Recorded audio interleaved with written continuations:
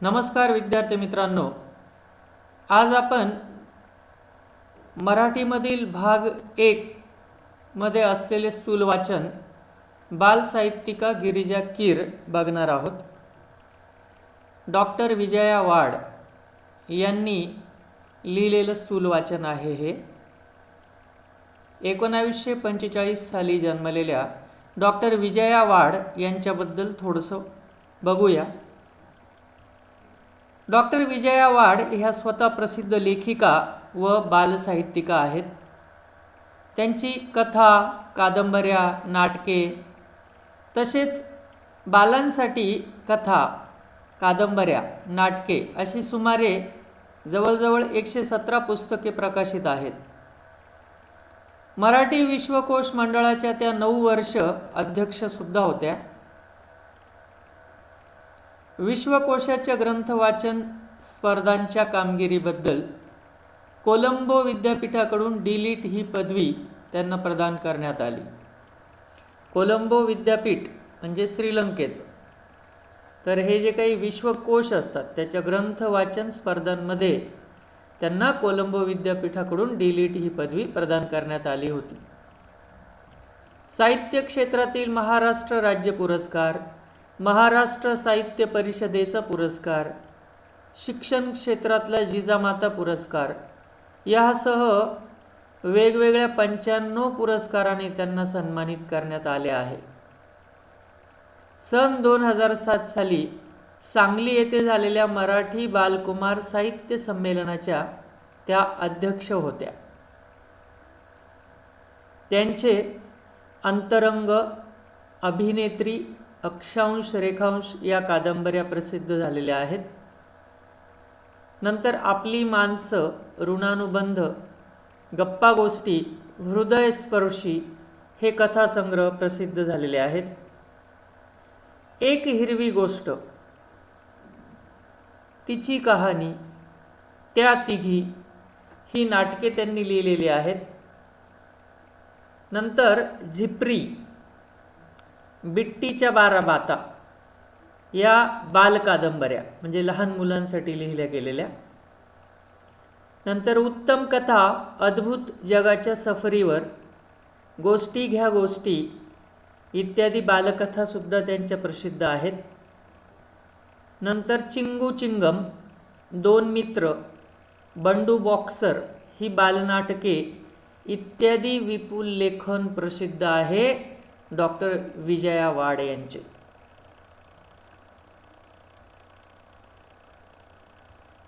नंतर काही नावे वलयांकित असतात तर काही हृदयांकित असतात। गिरिजा कीर हे नाव मात्र वलयांकित असूनही हृदयांकित आहे, कारण त्यांच्या लेखन प्रवासाला माणुसकीची किनार आहे। म्हणजे वलयांकित असणं म्हणजे फक्त प्रसिद्ध असणं, आणि हृदयांकित म्हणजे अगदी माणुसकी असलेले, मन चांगलं असलेले लोक जे असतील त्यांना आपण हृदयांकित असं म्हणतो। प्रसिद्ध लोक हृदयांकित असतीलच असं गरजेचं नाही, परंतु गिरिजा कीर यांच्या बाबतीत लेखिकेचं असं मत आहे की त्या स्वतः वलयांकित पण होत्या, परंतु हृदयांकित सुद्धा आहेत त्या असं म्हणतात, कारण त्यांच्या लेखन प्रवासाला माणुसकीची किनार आहे असं लेखिकेचं म्हणणं आहे। दैनिके, मासिके, नियतकालिके, पुस्तके, आकाशवाणी, दूरचित्रवाणी अशा सर्व माध्यमातून लीलया संचार करणाऱ्या, उत्तम कथाकथनाने मने जिंकणाऱ्या या लेखिका। प्रस्तुत पाठातून गिरिजा कीर यांच्या नाटिका, चरित्रे, कथासंग्रह, बालसाहित्य यांची डॉक्टर विजया वाड यांनी रसास्वादाच्या अंगाने ओळख करून दिली आहे। आता रसास्वाद म्हणजे काय, समीक्षा म्हणजे काय, पुढे आपल्याला त्याचं स्पष्टीकरण दिलंय, ते आपण बघू। तेव्हा एखाद्या साहित्य कृतीकडे बघण्याचा आस्वादात्मक दृष्टिकोन विकसित होण्याच्या उद्देशाने प्रस्तुत पाठ समाविष्ट करण्यात आला आहे। तर रसास्वाद म्हणजे काय, किंवा एखाद्या साहित्यकाच्या साहित्याची समीक्षा करणं म्हणजे काय याबद्दल आपण थोडंसं पुढच्या पॅरेग्राफमध्ये जाणून घेऊया.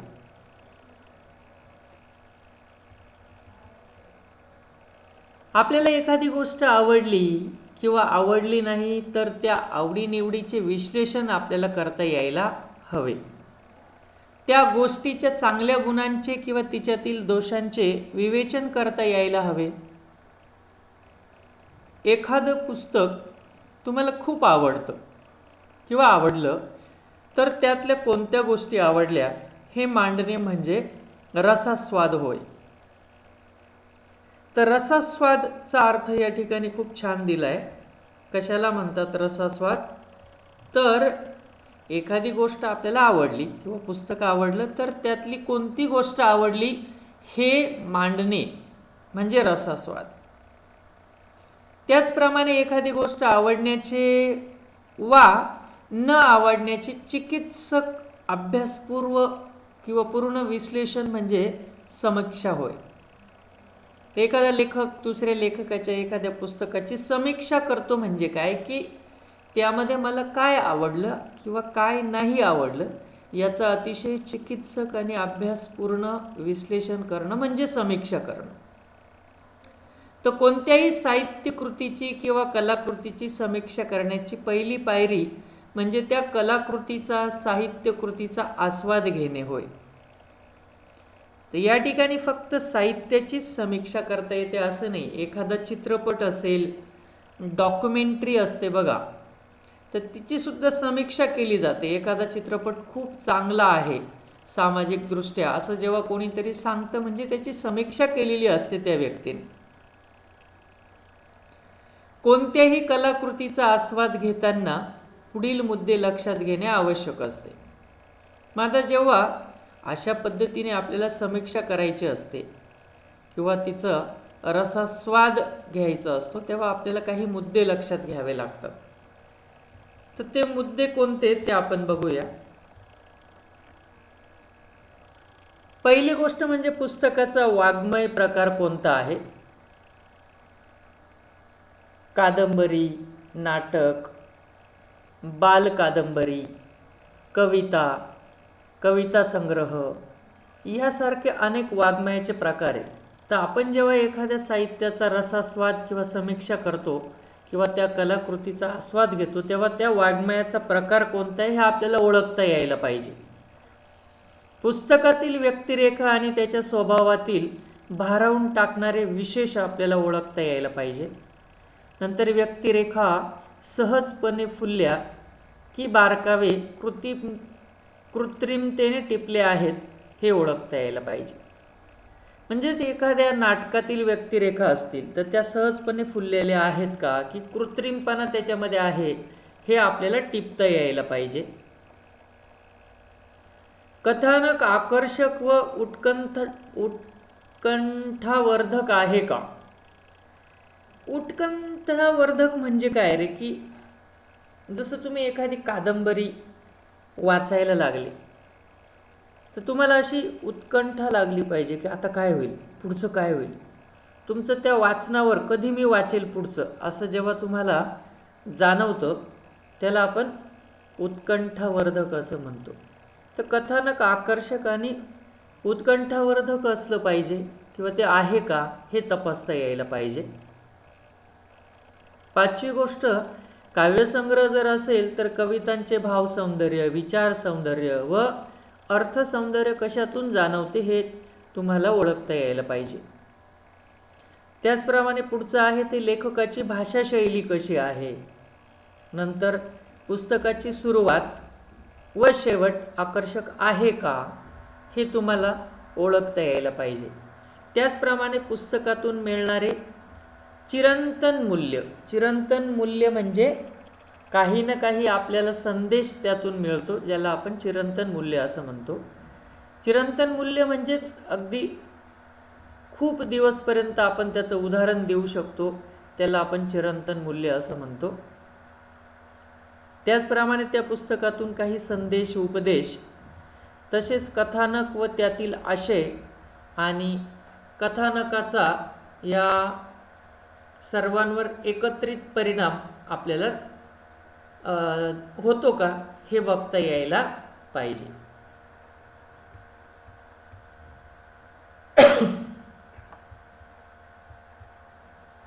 तर बघूया, पाठाला सुरुवात करूया आपण.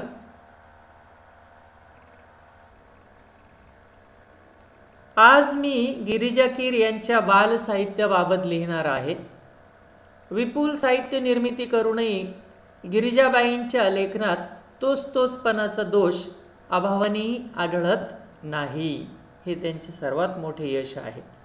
तर या ठिकाणी त्यांची समीक्षा करताना डॉक्टर वाड सांगतात की गिरिजा कीर यांच्या बाल साहित्याबद्दल त्या लिहिणार आहेत आणि त्यांनी एवढे 117 पुस्तकं लिहिली. तर एवढं विपुल साहित्य करूनही त्यांच्या लेखनामध्ये आपल्याला तोचपणा कधीच आढळत नाही, म्हणजे अगदी चुकून आलाय असं सुद्धा होत नाही. हे त्यांचं सर्वात मोठं यश आहे असं त्या सांगतात. त्यांची नाटुकली आपण वाचलीत तर आपल्या असं लक्षात येईल की चमत्कार, अद्भुत रम्यता या साऱ्यांपेक्षा बाईंना दैनंदिन जिव्हाळ्याचे प्रश्न खूप महत्त्वाचे वाटतात आणि तेही बालकांच्या विश्वातले. म्हणजे नाटुकली म्हणजे नाटकं जे असतात लहान मुलांसाठी, ती जर आपण वाचली तर त्या म्हणतात आपल्या असं लक्षात येईल की लहान मुलांना जसं चमत्कार, अद्भुत रम्यता, पर्यांच्या गोष्टी हे जरी आवडत असलं तरी गिरिजा कीर यांनी या गोष्टीचा मोह टाळला. त्यांनी जे मुलांसाठी लेखन केलं त्यामध्ये खास करून जिव्हाळ्याचे प्रश्न जे आहेत त्यांना महत्त्व दिलं आणि तेही खास करून लहान मुलांच्या विश्वातले प्रश्न त्यांनी आपल्या पुस्तकात मांडले.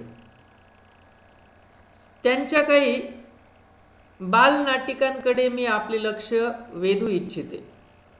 तर मग त्या म्हणतात की त्यांची काही बालनाटकं जे आहेत त्याच्याकडे मी खास करून तुमचं लक्ष वेधणार आहेत. इटुकली पिटुकली नाटुकली या संचात आमच्या आपल्या गप्पा टप्पा, चला खेळू नाटक, साळुंकीची कहाणी, ए गेले गेले या बालनाटिका 9 ते 12 या वयोगटासाठी आहेत. तर बघा, त्यांनी ज्या बालनाटिकांकडे आपलं लक्ष वेधून घेतलं त्यामध्ये खास करून इटुकली पिटुकली नाटुकली या संचात आमच्या आपल्या गप्पा टप्पा, चला खेळू नाटक, साळुंकीची कहाणी आणि ए गेले गेले यासारख्या ज्या काही बालनाटिका आहेत त्या खास करून 9 ते 12 या वयोगटासाठी आहेत. तर नीला राणीचा दरबार आणि मी कोण होणार या नाटिका बालवर्गांसाठी आहेत. तर 9 ते 12 हा वयोगट वेगळा, त्यांच्यासाठी त्यांनी वेगळे नाटकं लिहिलेले आहेत आणि बालवर्ग म्हणजे जो खूप छोटा वर्ग आहे त्यांच्यासाठी नीला राणीचा दरबार आणि मी कोण होणार यासारख्या नाटिका त्यांनी बालवर्गासाठी लिहिल्या आहेत. मला बालवर्गासाठी असलेल्या बालनाटिकांचे विशेष महत्त्व वाटते. आता यामध्ये खास करून लेखिका वाड यांना बालनाटिकांमध्ये किंवा बालवर्गांसाठी त्यांनी ज्या बालनाटिका लिहिल्या त्याचं विशेष महत्त्व वाटतं. त्याचं कारण पण त्यांनी दिले. कारण हा प्रांत म्हणजे विभाग ज्याला आपण म्हणतो, कारण हा प्रांत पूर्णतया दुर्लक्षित असा आहे. म्हणजे खास करून ह्या वर्गासाठी कुणी पुस्तकं लिहित नाही ज्याच्यावर गिरिजा कीर यांनी लिहिलेली आहेत पुस्तके, असं त्यांचं म्हणणं आहे. पुण्याच्या रजनी परांजपे या वयोगटासाठी साधी सोपी जोडाक्षरं विरहित पुस्तके प्रकल्प म्हणून तयार करून घेतात. त्यांच्या या स्तुत्य प्रयत्नाला गिरिजाबाईंची ही बालनाटके साथच देतात. तर अशा प्रकारच्या वयोगटासाठी, तर बालवयोगट म्हणजे कसा की खूपच लहान मुलं असतात ते 9 वर्षाच्या आतली, ज्यांना जोड शब्दही लवकर वाचता येणार नाही. तर अशा या वयोगटासाठी पुण्याच्या रजनी परांजपेंबद्दल लेखिका लिहितात की ह्या बाई रजनी परांजपे ह्या अशा प्रकारची जोडाक्षरविरहित पुस्तके प्रकल्प म्हणून तयार करून घेतात. तर त्यांच्या ह्या स्तुत्य प्रयत्नाला म्हणजे त्या रजनी परांजपेंच्या प्रयत्नाला गिरिजाबाईंची म्हणजेच गिरिजा कीर यांची ही बालनाटके साथ देतात. म्हणजे त्यांची सुद्धा बालनाटके अशी आहेत की ज्याच्यामध्ये खूपसे जोड शब्द नाही, लहान मुलांना सहज वाचता येतील अशी आहेत ती बालनाटके, असं गिरिजा कीर सांगते आपल्याला इथे. मला विशेष आवडलेल्या एका बालनाटिकेचा उल्लेख करते. आता लेखिका वाड यांना कोणतं बालनाटिक का आवडली त्याबद्दल त्या उल्लेख करतात. नाव आहे एक अर्ज आहे बाप्पा. म्हणजेच देवाला उद्देशून त्यांनी एक अर्ज केला आहे असं एक नाटक लिहिलेले गिरिजा कीर यांनी. तर ते नाटक आपल्या डॉक्टर वाड म्हणजे ज्या आपल्या लेखिका आहेत त्यांना खूप आवडले, त्याबद्दल त्या सांगतात. तर सुजाता आणि सदानंद यांच्या घरात घडणारी ही गोष्ट. आता जेव्हा समीक्षा केली जाते तेव्हा काय आवडलं काय नाही आवडलं त्याच्याबद्दल थोडंसं लिहितात. तर या ठिकाणी लेखिका वाड एक अर्ज आहे बाप्पा या बालनाटिकेचा उल्लेख करताय आणि मग त्यांना जे आवडले ते सांगता येते की ही कहाणी आहे सुजाता आणि सदानंद यांच्या घरात घडणारी. तर घरातली मोठी माणसं बाहेर गेली आहेत आणि अशा वेळी छोटी मुलं महत्त्वाचा विचार विनिमय करत आहेत. तर जिथे ही गोष्ट घडते त्यातली मोठी माणसं काही कामानिमित्त काही कारणास्तव बाहेर गेली आहे आणि ही छोटी मुलं महत्त्वाचा विचार विनिमय करत आहे. मुलांसाठी कोणता प्रश्न इतका निकडीचा असतो तर आई बाबा शेजारी या मोठ्यांचं बॉसिंग त्यांना सहन होत नाही. पण हे सांगणार कुणाला? मग सर्वांना वाटतं की आपल्या तक्रारीचा पाडाच वाचू अर्जात आणि हा अर्ज चक्क बाप्पा पुढे ठेवूया. म्हणजे बघा लहान मुलांचं मन कसं असतं बघा, की त्यांना आपले आई बाबा असतील, आजी आजोबा शेजारी मोठे यांचं बॉसिंग कळतं ना तुम्हाला, की प्रत्येक गोष्टीत हे करू नको ते करू नको असं सांगणं जे आहे त्याला बॉसिंग असं म्हणतो आपण. तर ते त्या लहान मुलांना सहन नाही होत, पण आता सांगणार कोणाला? मग या सर्वांचं असं मत असतं की आपल्या तक्रारीचा आपण पाडा वाचून एका अर्जावर लिहू आणि तो अर्ज चक्क एका बाप्पा पुढे ठेवून देतात. म्हणजे ते देवालाच तो अर्ज देऊन टाकतात. देव नक्की प्रसन्न होईल आणि मग सुरू होते एक सामुदायिक अर्ज लेखन. आणि मग त्यांना असं वाटतं की देव नक्की प्रसन्न होईल आणि इथून पुढे मग एक सामुदायिक अर्ज लेखनच ते लिहायला सुरुवात करतात. इथे लेखिकेने काय छान तक्रारी मांडल्यात. आईची शिफॉनची साडी नेसायला मिळालीच पाहिजे, बर्फ का गोला खाण्याची आजादी पाहिजे, भेळ खायला मिळायलाच हवी, मधू भाऊ विनया ही मित्रमंडळीच कशी बाप्पाचं रूप घेऊन येतात आणि एकमेकांशी कशी भांडू लागतात त्या प्रसंगात गंमत आली आहे. तर या ठिकाणी लेखिकेने मग त्या लहान मुलांच्या वतीने काय काय त्यांची इच्छा असते पण ते मोठे करू देत नाही, पण इच्छा तर असते. आता शिफॉन हा साडीचा एक प्रकार, अतिशय नाजूक साडी असते. आता आईची अशी साडी महाग असेल तर ती लहान मुलांना हात लावून देणार नाही, पण ती आईची शिफॉनची साडी नेसायला मिळाली पाहिजे. नंतर गळा खराब होईल, सर्दी होईल, बर्फ खायचा नाही अशी बर्फ का गोला खाण्यावर बंदी करतात पालक मुलांना. तर त्यांचं म्हणणं आहे की असा बर्फ का गोला खायची आजादी मिळाली पाहिजे, भेळ खायला मिळाली पाहिजे. तर अशा प्रकारच्या तक्रारींचा पाडाच लेखिकेने त्यामध्ये वाचलाय. आणि मेन म्हणजे मधू भाऊ आणि विनया ही मित्रमंडळीच कशी बाप्पाचं रूप घेऊन येतात आणि एकमेकांशी कशी भांडू लागतात त्या प्रसंगात मोठी गंमत आलेली आहे असं त्या नाटिकेमध्ये त्यांनी लिहिलेलं आहे. तर या नाटिकेला मुलांच्या मनाच्या खिडक्या उघडण्याचे कौशल्य लाभले आहे. छोटे मोठे सारेच या नाटिकेच्या प्रयोगात रंगून जातील. नाटकाला जे दृश्य परिणाम असायला हवेत ते गिरिजाबाईंच्या नाटकात प्रभावीपणे दिसतात. दृश्य म्हणजे जेव्हा नाटक उभं राहतं एखाद्या पुस्तकावरून आणि लोक बघायला जातात तर ते खिळून ठेवता आलं पाहिजे. लोकांना बिलकुल अजिबात आवाज न करता असं खिळून ठेवलं पाहिजे त्या नाटकाने. तर असं ते प्रभावीपणे वाटतं गिरिजा कीर यांचं नाटक. मोजक्या पात्रातून जिवंत दृश्य साकार करणे आणि बाल प्रेक्षकांची मने जिंकणे ही अवघड बाब आहे, पण बाई ती लीलया पेलतात. लीलया पेलणे म्हणजे स्वीकारणे, ते आव्हान स्वीकारलंय त्यांनी. म्हणजे अगदी सहजपणे त्यांनी ते नाटक मुलांना पसंत पडेल, आवडेल अशा पद्धतीने ते लिहिलेलं आहे.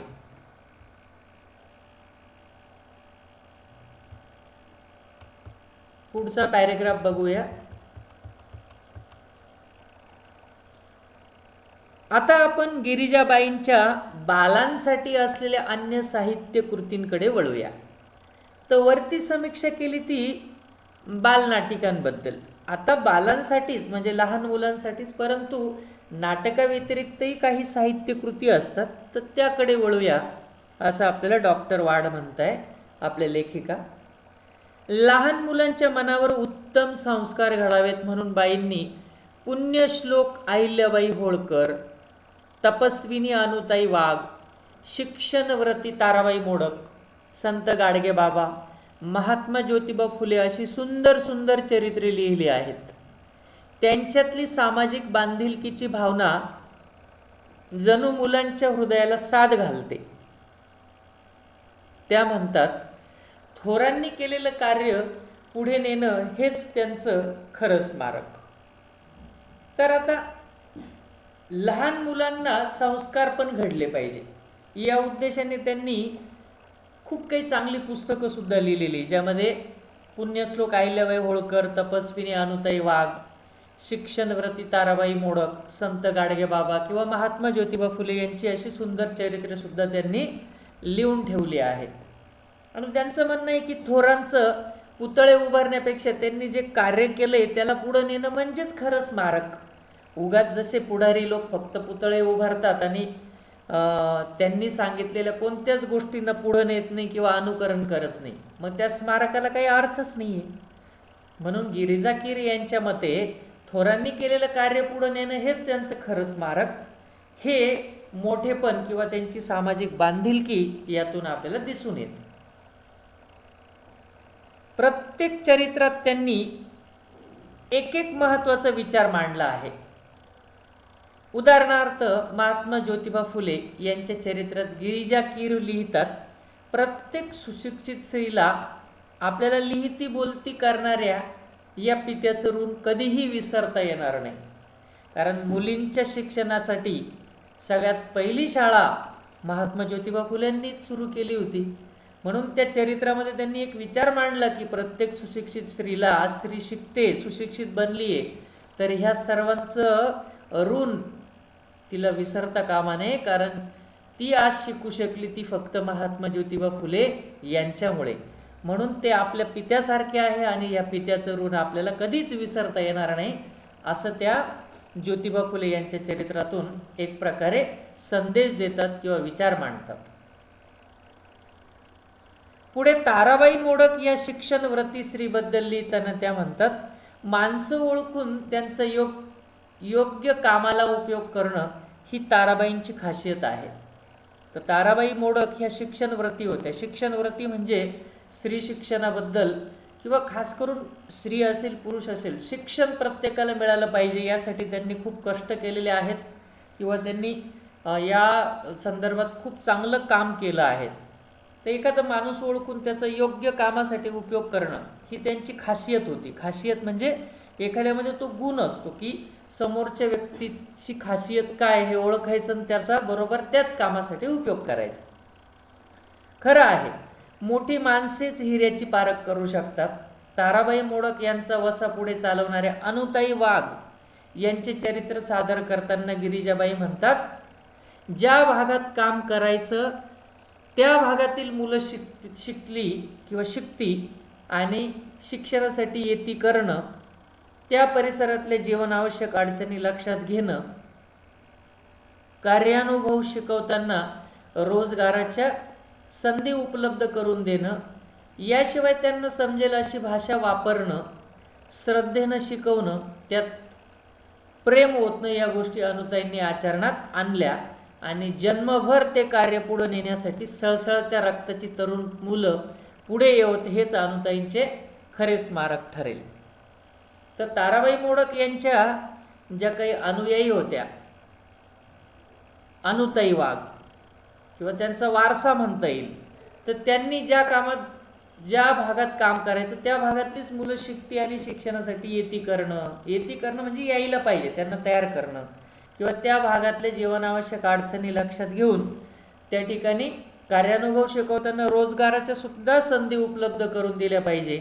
शिवाय त्यांना समजेल अशी भाषा वापरणं, श्रद्धेने शिकवणं, त्यांना अगदी प्रेम ओतणं, या गोष्टी अनुताईंनी आचरणात आणल्या आणि जन्मभर ते पुढे कार्य नेण्यासाठी सळसळत्या रक्ताची मुलं पुढे येऊ, असं त्या वाडताई म्हणतात की हेच मग त्या अनुताईंचे खरे स्मारक ठरेल. पुढे संत गाडगेबाबा यांच्या चरित्रातील हा संदेश बघा, कोणता? की मुलांनो, संतपद प्राप्त व्हायला चमत्कार करावे लागत नाही, विभूती लावून ध्यानस्थ बसावे लागत नाही, पहाडात निघून जावे लागत नाही, लोकांमध्ये राहून लोकजागृती कशी करावी हे संत गाडगेबाबांनी दाखवून दिलं, म्हणूनच ते महान संत होत. म्हणजेच गाडगेबाबांच्या सुद्धा चरित्रामध्ये त्यांनी मुलांना संदेश दिलाय की संत गाडगेबाबा काही असे चमत्कार नाही दाखवले, ध्यानस्थ बसले नाही, किंवा भस्म लावून विभूती लावून देवदेव करत नाही बसले, किंवा पहाडामध्ये हिमालयामध्ये निघून नाही गेले. तर लोकांमध्ये राहूनच त्यांनी जनजागृती केली, म्हणून त्यांना संतपण बहाल केलं लोकांनी, असं त्या संत गाडगेबाबा यांच्या चरित्रातून संदेश देतात. नंतर दुःखाच्या अग्नीत होरपळूनही शुद्ध सोन्यासारख्या लखलखणाऱ्या माता अहिल्याबाई होळकर यांच्या चरित्रात त्या लिहितात, प्रजेला पुत्रवत मानून अपार सुख देणाऱ्या, दानधर्म करणाऱ्या अहिल्याबाई सदैव इतरांसाठी जगल्या, एखाद्या अचल दीपस्तंभासारख्या. त्यांचं जीवन गंगाजळासारखं निर्मळ होतं. मग पुढे त्यांनी जे अहिल्याबाई होळकर यांचं चरित्र लिहिलंय, तर अहिल्याबाई होळकर फार प्रसिद्ध राणी होऊन गेली आहे, तर त्या प्रजेलाच आपल्या पुत्रासारखं मानायच्या, कायम दानधर्म करत आणि नेहमी सदैव इतरांसाठी त्या जगल्या, एखाद्या अचल दीपस्तंभासारख्या. अचल म्हणजे जागेवरून न हलणारा, आणि दीपस्तंभ म्हणजेच दिवा जो इतरांना प्रकाश करतो. म्हणून त्यांचं जीवन एखाद्या गंगाजळासारखं निर्मळ होतं, असं आपल्याला गिरिजा कीर त्यांच्या लेखनातून सांगतात.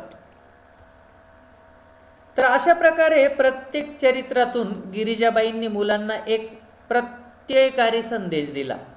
मुलांना पचेल रुचेल अशी सोपी परंतु हृदयाला हात घालणारी भाषा वापरून त्यांनी चरित्र लेखनाला एक नवा आयाम दिला आहे.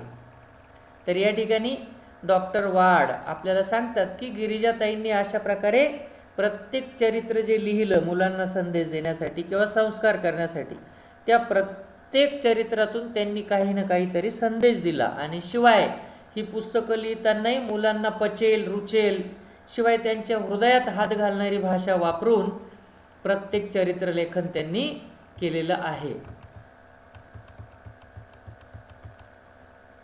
नंतर पुढे गिरिजाबाईंनी बालांसाठी विपुल कथाही लिहिल्या. आता पुढे त्यांच्या कथांबद्दल सांगतात, त्या ज्या बाळांसाठी लिहिलेल्या म्हणजे बालकांसाठी. तू सावित्री हो या पुस्तकात एकूण 8 कथा आहेत. त्यातील गोष्ट एका माणसाची ही कथा नितांत सुंदर उतरली आहे. तर पुढे गिरिजाताईंनी ज्या कथा लिहिल्या बालांसाठी त्यातली एक कथा सांगतात, त्या तू सावित्री हो. यात ज्या एकूण 8 कथा आहेत त्याच्यातली गोष्ट एका माणसाची ही कथा तर अतिशय नितांत सुंदर उतरली आहे. काय आहे त्या कथेमध्ये? मधू या गरीब मुलाची आई आजारी पडते. तिच्या पोटात गाठी झाल्याचे डॉक्टर सांगतात आणि ऑपरेशनने तिला बरे वाटेल असा निर्वाळाही देतात. मधू अत्यंत निरुपायाने एकाचे पाकिट मारतो, कारण त्याच्याजवळ पैसे नसतात.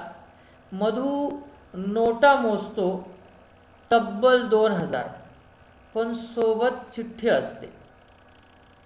बघा, तर या ठिकाणी ही जी कथा आहे त्यात काय सांगितलंय की गोष्ट एका माणसाची ही कथा आहे. त्यात मधू या गरीब मुलाची आई आजारी पडते आणि तिच्या पोटामध्ये गाठी झाल्याचे डॉक्टर सांगतात आणि ऑपरेशनने तिला बरं वाटेल. पण मुळात मधूकडे पैसे नसतात मग निरुपाय म्हणजेच काही उपाय जेव्हा चालत नाही त्याला निरुपाय असं म्हणतो. तर त्या निरुपायाने म्हणजे जेव्हा त्याचं काही उपाय सगळे खुंटतात तेव्हा तो एकाचं पाकिट मारतो. त्याच्यामध्ये तब्बल 2000 नोटा असतात. पण त्याच्यासोबत एक चिठ्ठी असते. काय असतं त्या चिठ्ठीमध्ये? प्रिय आनंदा, सोबत 2000 रुपये पाठवतोय.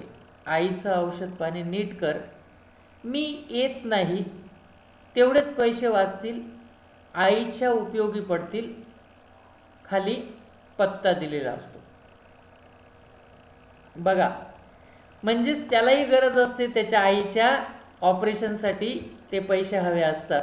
आणि ज्याचं पाकिट मारतो तो, त्या पाकिटामध्ये सुद्धा पैसे कोणाच्या तरी आईच्याच उपचारासाठी जाणार असतात. कारण त्यात एक चिठ्ठी असते लिहिलेली की प्रिय आनंदा, मी 2000 रुपये पाठवतोय आणि आईचं औषध पाणी तू नीट कर. मी येत नाही कारण आईकडे येण्यासाठी जे पैसे भाड्याला लागतील ते वाचले तर ते आईच्या उपयोगी पडतील. आणि पत्ता दिलेला असतो.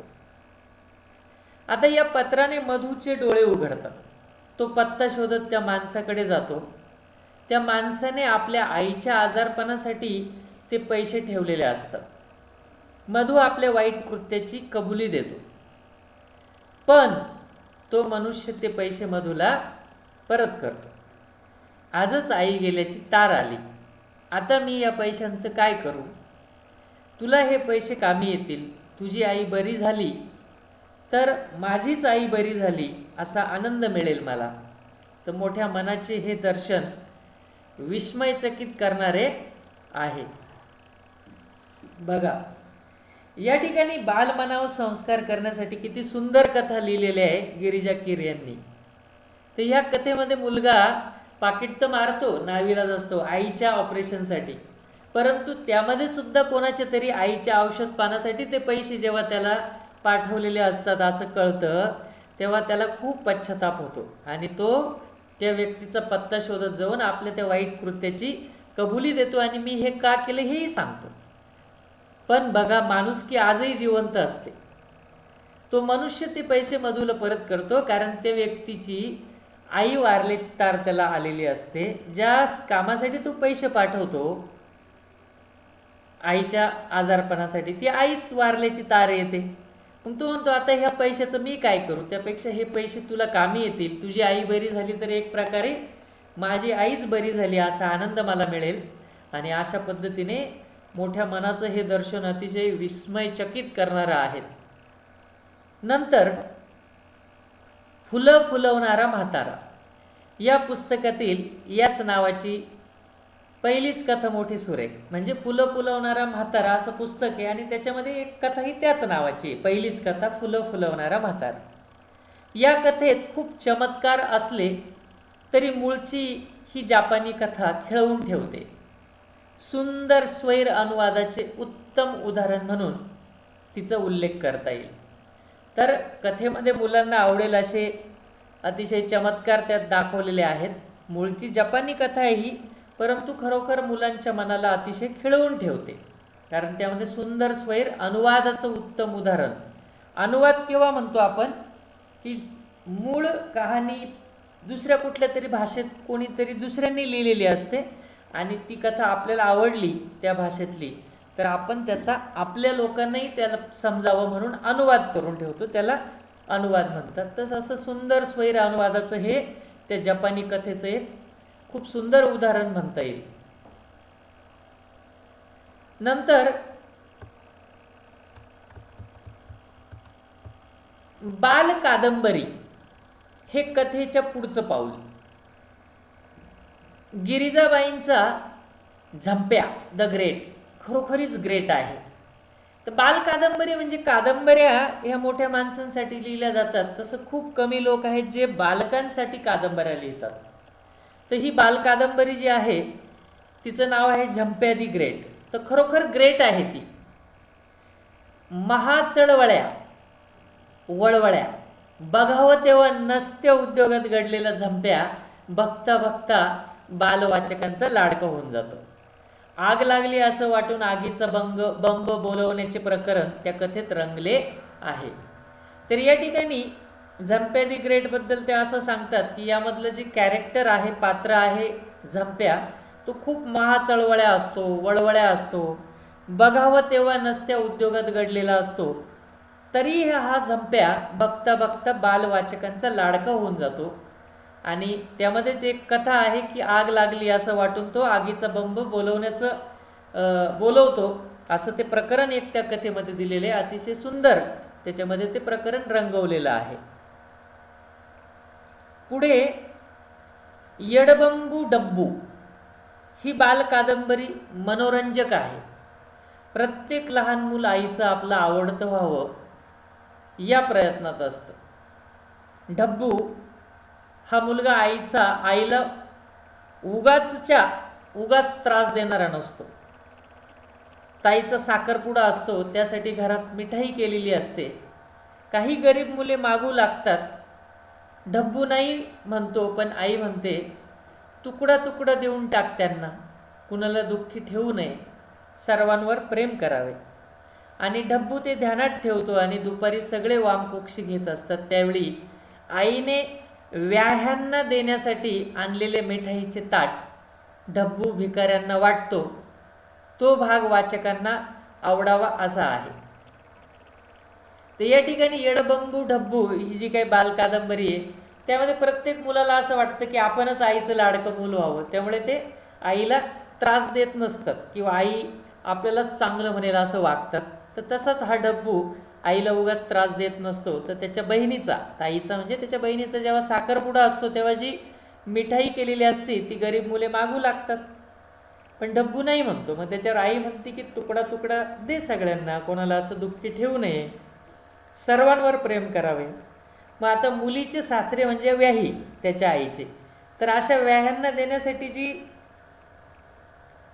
मिठाई बनवलेली असते आईने, ती सगळ्यांनी वामकुक्षी केल्यावर, वामकुक्षी म्हणजे दुपारी जी झोप घेण्याची वेळ असते त्यावेळेला सगळे झोपल्यावर आईची शिकवण ना की कोणाला दुःखी ठेवू नये, सर्वांवर प्रेम करावे.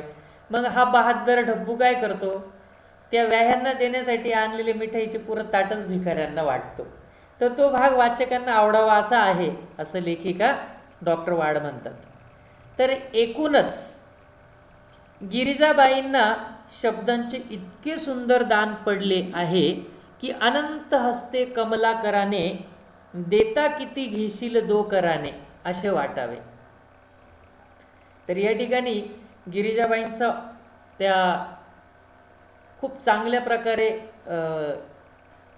काय म्हणू शकतो आपण, खूप स्तुती करतात. तेव्हा त्या स्तुती करताना असं म्हणतात की त्यांच्या शब्दांचे इतके सुंदर दान पडलंय की अनंत हस्ते कमलाकराने, कमलाकर म्हणजे देव, जेव्हा तो अनंत हस्ताने वाटतो तेव्हा देता किती घेशील दो कराने, दो कर म्हणजे दोन्ही हात, तर दोन्ही हाताने किती घ्यावं असं वाटावं असं त्यांचं लेखन आहे, असं डॉक्टर वाड आपल्याला सांगतात गिरिजाताईंबद्दल. तर अशा प्रकारे शेवटी ते असं म्हणतात की गिरिजाबाईंच्या लेखणीला, त्यांच्या संस्कारक्षम वाङ्मयाला माझा अंतकरणपूर्वक मानाचा मुजरा. आणि शेवटी जाता जाता त्या मनापासून त्यांना मानाचा मुजरा सुद्धा देतात. तर अशा पद्धतीने हे सुंदर स्थूल वाचन इथे संपलेलं आहे. तर एक लक्षात ठेवा, स्थूल वाचनामध्ये खास करून तुम्हाला समजेल अशा सोप्या भाषेमध्ये मांडलेलं असतं. तरी मी शिकवलं. आणि खास करून ह्या स्थूल वाचनामध्ये कुठल्या तरी दुसऱ्या एक लेखक किंवा लेखिका दुसऱ्या कुठल्या लेखक किंवा लेखिकेच्या वाङ्मयाबद्दल समीक्षा करतो असं दिलेलं आहे. तर या ठिकाणी डॉक्टर वाड यांनी गिरिजा कीर यांच्या लेखनाबद्दल या पाठामध्ये समीक्षा केलेली होती. आणि गिरिजा वाड यांची जे लेखन आहे ते किती सुंदर, मुलांसाठी खास करून केलेलं लेखन किती सुंदर आणि संस्कारक्षम होतं. ते शेवटी जाता जाता त्यात अगदी अंतकरणपूर्वक मनापासून त्यांना मुजरा करतात असं आपल्याला दिसतंय.